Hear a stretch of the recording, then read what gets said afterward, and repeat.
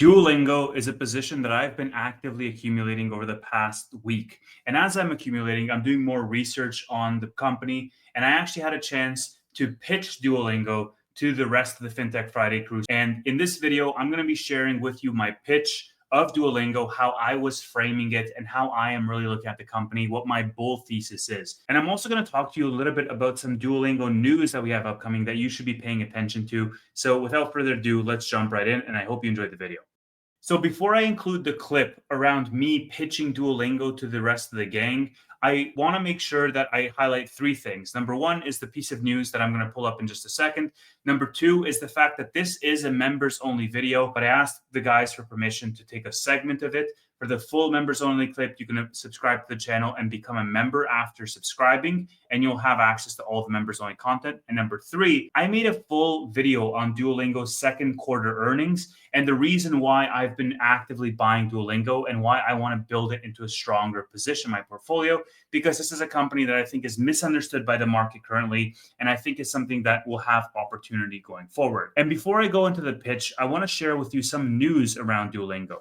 So they announced on their Q2 earnings call that they have their product day on September 16th. The CEO mentioned this in his opening remarks, and you can even see this in the shareholder letter when you go into the closing remarks from the CEO. He mentioned the DuoCon on September 16th to see more of what the team has been building. And I said here, well, they have their product day on September 16th. I think two things will happen from now and then. I think first and foremost, the company will announce AI-powered features to drive the next leg higher of product innovations. And maybe they might even announce new subjects. They announced chess and music outside of language. Maybe they announce more subjects are coming in 2026 and beyond. And the reason I mentioned AI features is because of the CEO's remarks back 3 months ago when he mentioned the company was moving in an AI first direction. This is not only going to unlock internal operating efficiencies within Duolingo's structure, but I believe it's also going to translate into the external customer facing features that the company has to offer.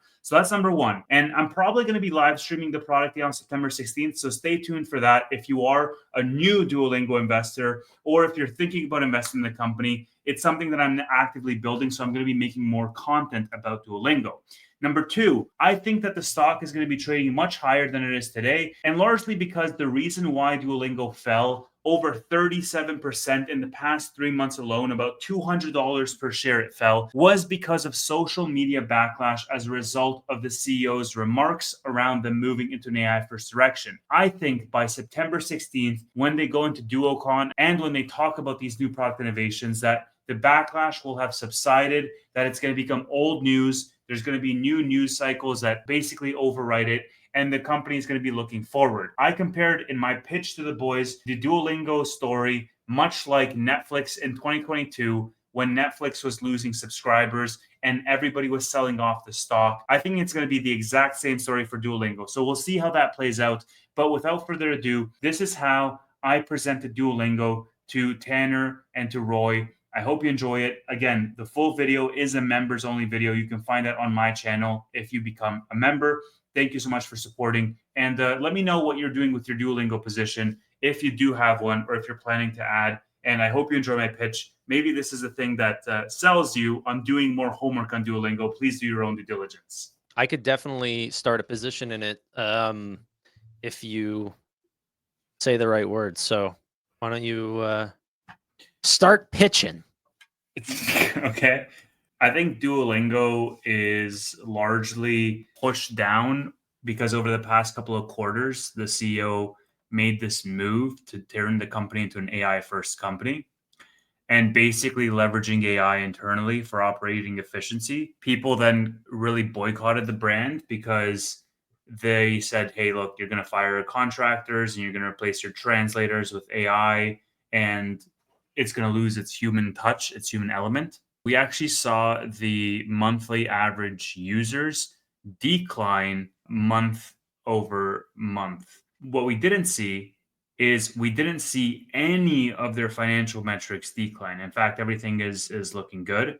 And I think that the monthly active users, yeah, thank you, Tanner, for bringing that up. I think that is going to be something that is the Netflix in 2022 moment. You had Netflix, if you guys will remember, this is when Bill Ackman sold and when everything sort of fell. And it was literally right around here because it went from 222 to 221 in 2022. And people were like, oh my gosh, there was so much controversy. People were like, we're going to cancel our Netflix. And it seemed as though like Netflix was losing market share to Disney Plus and all of these other shows. They're not innovating, whatever. And then ever since, they just continued their growth rate upwards.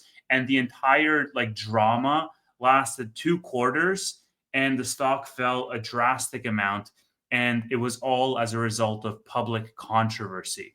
And I think that in large part, the drawdown that you see in Duolingo is very similar because the stock chart, went from the $540 range where it peaked to now being down to in the low $300 range off of a similar controversy that Netflix literally had in 2022 when they fell a similar amount. So you have a 40% drawdown, and the entire reason is just this little dip here and all the controversy. Like they lost TikTok followers for the first time ever, like, month over month. They're not growing on their socials and all of this stuff. Now, one thing that's interesting about Duolingo is they have a investor day coming up at the end of September or mid-September, on September 16th.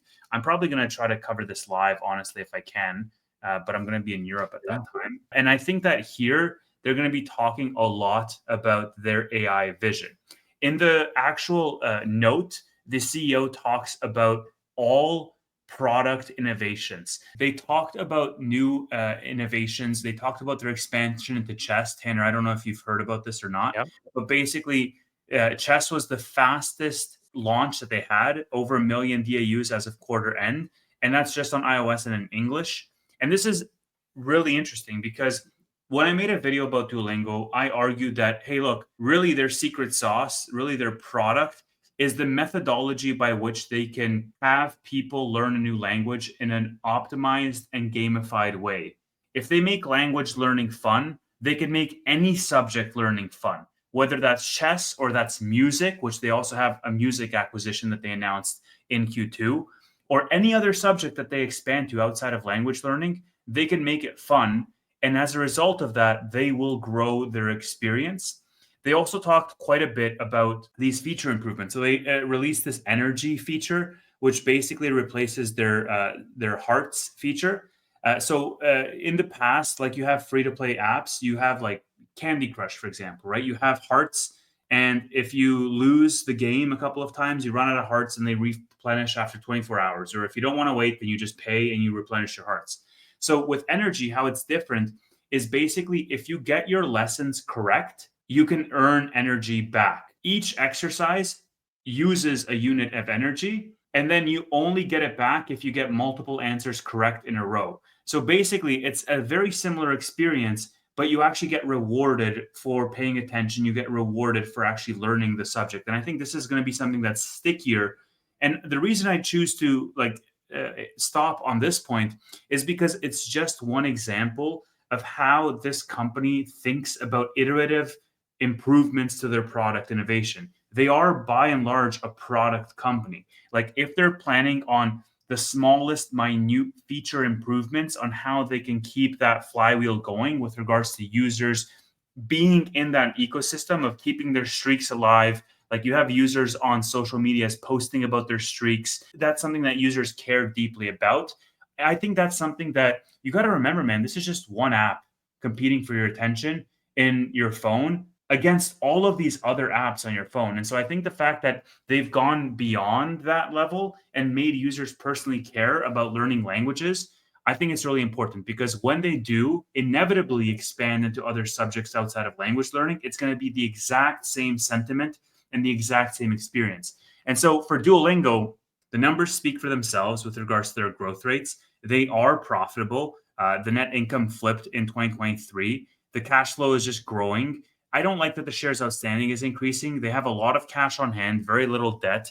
And the fact of the matter is that you're getting this at a 40% discount because you have some public controversy now over this decision. And it's going to be a decision that is going to accelerate their business from a financial operating metrics perspective. It's going to give them more operating leverage. And it's probably also going to lead to a stickier user experience in general as they become AI first. He was talking about AI being embedded in the code base and all of their decisions being AI decisions, them testing AI affinity in all of their interviews, providing training for all of their employees on AI specifically. And I think this company is one that is not necessarily going to get fully disrupted by AI. Yes, I think, OpenAI having a translator app is going to kill some of the utility perspective of learning a new language, but there's always going to be people learning languages, and they can always expand into new subjects. And I think this is a company that is embracing AI to the fullest. And for 14.8 billion dollars where it's trading right now, to have growth rates like this with an app that's so sticky like this, I think you're closer to the beginning than you are to the end of this growth story. They've shown that they can expand their TAM. That's really exciting. They're a SaaS. They don't have to necessarily have, especially with AI, where they hire as many people as they're making for revenue. We've seen that margin, that net margin, just really increase, and so they have really good control over their bottom line. This is a rapidly growing company, 42.5% CAGR over the last 3 years, which is ridiculous. A large reason why we got this drawdown wasn't so much for the results, but it was for that narrative that the market really doesn't understand what Duolingo is. It thinks it's a translation product, and it's not. Yeah. That would be disrupted by AI, but instead, is it still going to be valuable for adults to learn language? Yes. It just helps with that. If you're I'm just on the sidelines right now, but I moved that on my actively watch list, right there with Coinbase and Cloudflare as well, that I'd love to have a position in if things keep falling. And it doesn't feel expensive here at Duolingo. Like it's fair value to me, maybe even just a little bit underneath it. So it's very interesting.